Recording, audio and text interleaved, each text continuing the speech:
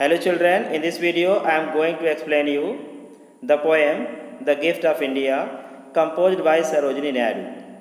The introduction of this poem I have already given you in the previous video related to this poem. And the name of that video is The Gift of India about the poem. In this poem, the poetess has personified the country India as the Mother India, the mother of all its people. The boundless grief of Mother India for her heroic sons who were killed in alien lands is expressed, mentioned in this poem. Now let's begin the poem. Is there aught you need that my hands withhold? Rich gifts of raiment or grain or gold.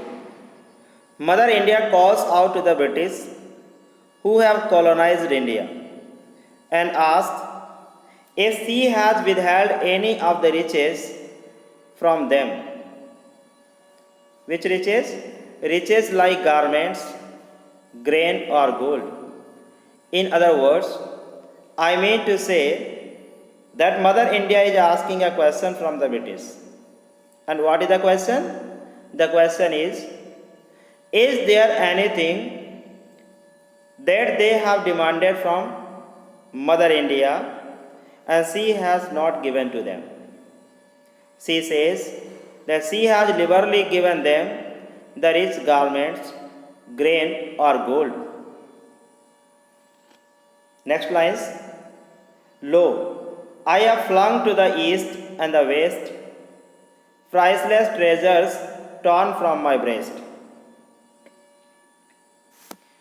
Now Mother India claims that more than these worldly riches. Which worldly riches? The worldly riches which I have mentioned in the second line. I mean garments, grain or gold. She is saying more than these worldly riches, she has sacrificed the priceless treasures.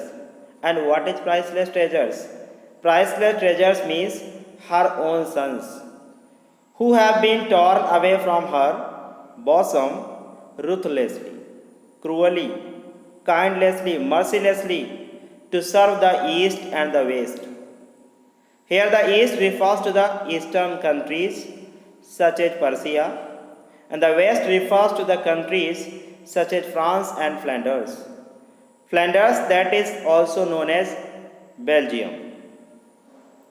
Next he says, and yielded the sons of my stricken womb to the drum beats of the duty, the savers of doom. Now she says that she has sacrificed the lives of the priceless Indian sons whom she gave birth after suffering great pains to serve the British. In other words, Mother India says that her sons, born out of her sorrowful womb, heard the drum beats of duty and reached the valley of death. Now the second stanza. In the second stanza, Mother India laments, cries over the loss of the lives of her beloved sons, Indian soldiers who were sent to the foreign countries, lands, by the British to fight for them. She alludes, indicates to Persia, that is now Iran, Egypt, Flanders, and France. These are the specific lands where Indian soldiers were sent to fight in the World War I, but most of them never came back. She says, gathered like pearls in their alien graves, silent they sleep by the Persian waves, scattered like shells on Egyptian sands. Mother India says that her brave sons, who were as valuable as pearls, were killed and buried in the graves by the swords of Persia. Means the lifeless Indian soldiers, like pearls, lie buried in graves in alien lands. Some of them sleep silently along the shores in Persia, while others are scattered like broken shells in Egyptian sands.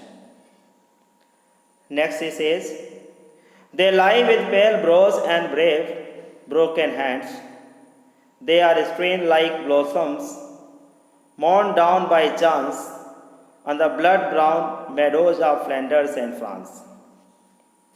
She says, moreover, the brave Indian soldiers with pale brows and broken hands lie scattered like casually cut down flowers on the blood brown meadows of Flanders and France.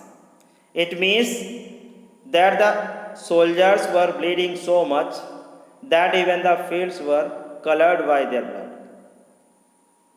Here, Mother India is lamenting, crying on the deaths of her beloved sons.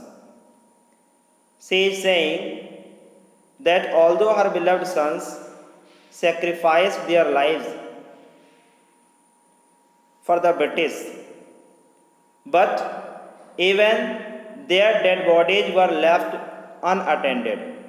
I mean, there was no one who could give the proper burial to the dead bodies of the Indian soldiers. So, Mother India is lamenting. She is crying, she is weeping that the dead bodies of Indian soldiers were not buried properly. Now, the next two stanzas, stanza third and fourth, I'll describe you in the next video.